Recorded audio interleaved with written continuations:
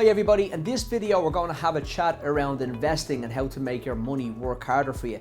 In a few minutes in the video I'm going to switch to a few graphs and try and explain why investing is quite a simple but complex thing to do, I suppose, at the same time. Wait till you see the couple of graphs on the screen, be able to explain that better to you.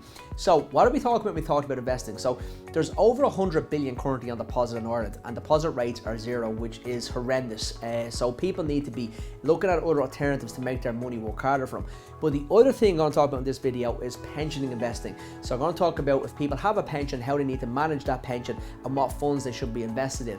I'm going to look first at what's called the S&P index, the S&P 500 index. The S&P 500 index is basically 500 large companies in America that's used as a kind of benchmark for most people in the finance game to measure what's going on in the markets. I'm going to show you that in 1 second. The next thing I'm going to do is pick a fund from the Irish marketplace. I'm going to pick the Zurich Performance Fund in this instance. There's a number of funds in the Irish marketplace. The real reason I like this fund is going to have a really good graph that shows you over the last 20 years what it's done, and we can match that towards the S&P, and you'll see now in a second when we get into the graphs. It's not that I prefer that fund over all the other funds in the marketplace. I do use it quite a lot for my clients, but we use loads of different funds because everyone's circumstances are different. So look, what we're going to do is jump onto the screen now. We're going to have a look first at what the S&P index has done since it started many moons ago. We're going to look at different recessions and trying to explain why investing is very complex if you don't understand it, but if you have been trained and you do know and you have your qualifications, etc., it's very easy to follow different trends. Okay, so let's have a look at the screen. So on screen here now at present, you're going to find the S&P index. So it's gone from 1930 down here, and it's going to go right up to today's date, which when we click up here you'll see is towards the end of November, beginning December 2018. In relation to this, what we're going to look at, we're going to go back, as we slide down the graph, you see the date change down the end, right? So let's go back to the height of the market, which was here, all right? Let's look at the height of the market, which is September 2007.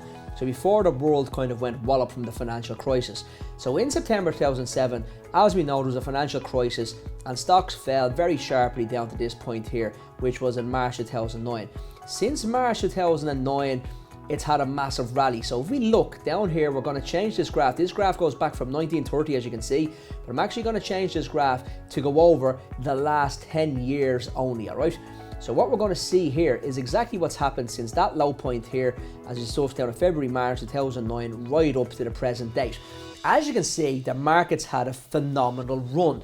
So this means that markets have made money for people. So if you had got into the market, just to put this in some type of context for you, if you had got into the market, let's even say you got out, didn't even get into the very lowest price point here in in March 2009.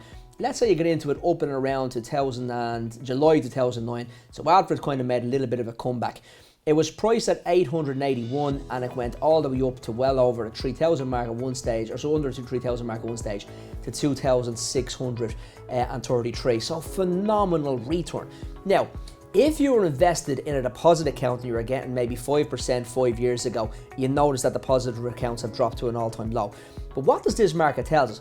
If you go back again, and sorry for flicking around here in these graphs, but if you go to historical sort of beginning of time, if you got back in the very low markets in the 1930s and you're still hanging around and you're in there, you're obviously made a phenomenal return. But it looks like the market's at a very tipping point, which means that the markets and equities are obviously high risk. So you have all these variations where they go up and down all the time, and you can see how it's a kind of scary run. Especially if you did invest here at the beginning of the market, top of the market in around February, March, April 2017, and you had this sharp fall. But what I want to explain, and why I'm using this graph, is that one question I get asked all the time by people is, Paul, can I lose all my money? Technically speaking, in this case, if you had went into the market at the highest price in 2007 and got out the lowest part of 2009, you would have lost a considerable amount of money, but not all your money. If you had stayed in the market and you dropped in 2007, and you would have been, by the time it got back to normal, was about July 2000, mid 2013. So a 5-year period. And this is why financial advisors always say that you should keep your money invested for a period of 5 years. Because generally speaking, a 5-year will give you a good enough return or allow markets to bounce back if there is a drastic fall. So the S&P 500, that's pretty much it explained, and looking at what's happened since 1930 and over the 10 years. What I want to show you before I go off this graph is very simply, if you want to look at by recession, check this out. The 2007 recession is the blue line here. So we take it off and we put it back on, you can see that the 2007 session was a really once-off where the market fell by over 50% due to the recession. But in fairness, that recession, what I want to say is that recession was the worst from 1930. So you're going to get it every once in 100 years. What's after happening by looking at back data. So again, don't be too fearful. It doesn't happen every 10, 15, 20 years. That was just a really bad outcome in 2007. So if you look at the other ones then, if you go back to 2001 and you put it back on, you can see it's this line here, fell by 10%, and there's all different percentage it falls.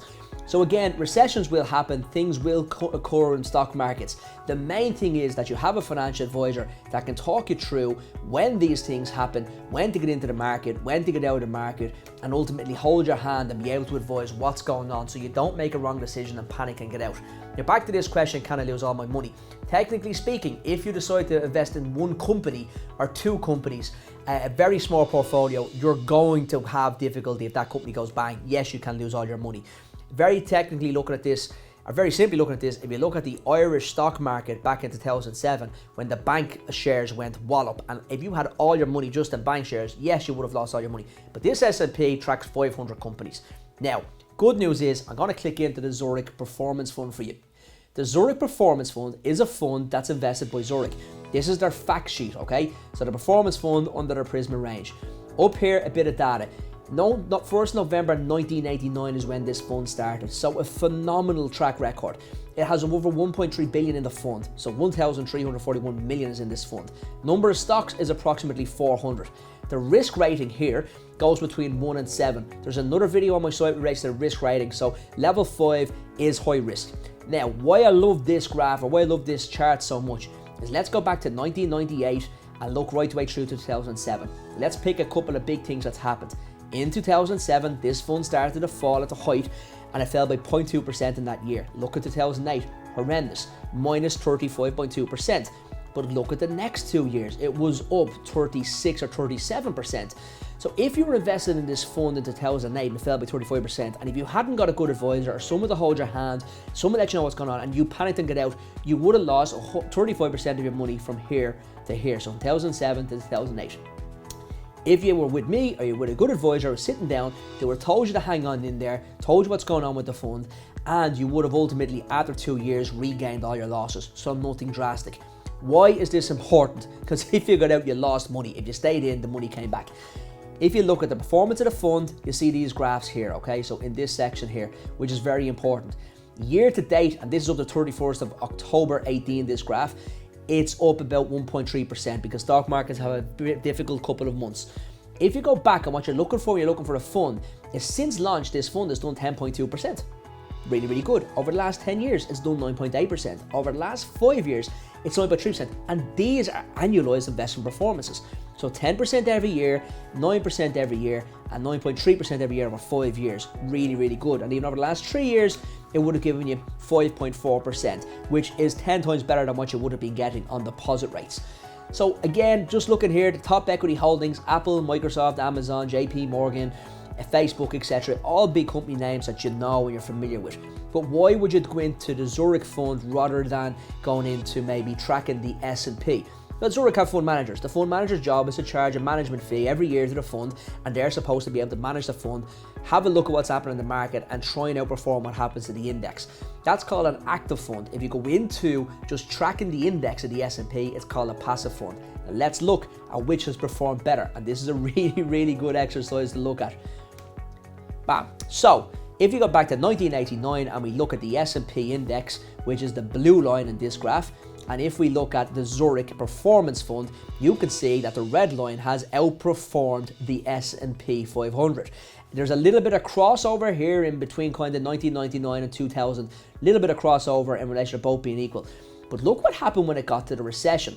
Now the reason being, and this is the recession back in 2007, 2008, the reason being is that the fund manager would have really got out of the equity markets where the S&P has to obviously just track those 500 companies all the time.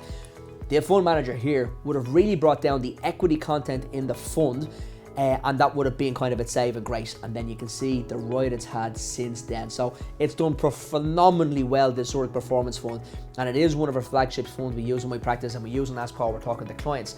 Now, what does this mean? If you're a pension investor, it's very, very important that you realize you have the average of this market. So you've got a long time to go. You might be in a pension for 10, 15, 20, 30 years. These little blips don't really matter over the long term. So you need to continue staying in your pension. The big tip here is that before you get to retirement age, so we just go back and we show the market crash even here in 2007. If you were turning 65 here, you would have lost about 35% of your money, as we discussed. What you should have been when you got towards retirement age, you should have been out of the markets by then. You should have had, if you're turning 65 or even 60 years of age, 50% of your money should be in cash and only 50% of your money should be in the equity markets. So you have a little bit of negotiation to do around cash and equities and stocks and shares, etc. So again, back to the point, a very good financial advisor will be able to show you, hold your hand through all these ups and downs and make sure you're not in the markets close to retirement age. Make sure your money is sometimes safe, some way safe the closer you get to retirement or a big life event. Look, I know this video has been very long. I'd like to thank you for staying in. If you're still listening to this video, I'd like to thank you and I hope you got something from it. I think it should have been worthwhile to understand the markets a little bit. Any questions, as always, please don't hesitate to hit me up on a questions@askpaul.ie email or by sending me a direct message on any social media platforms we use. Hope you found it helpful. Thanks and have a good day.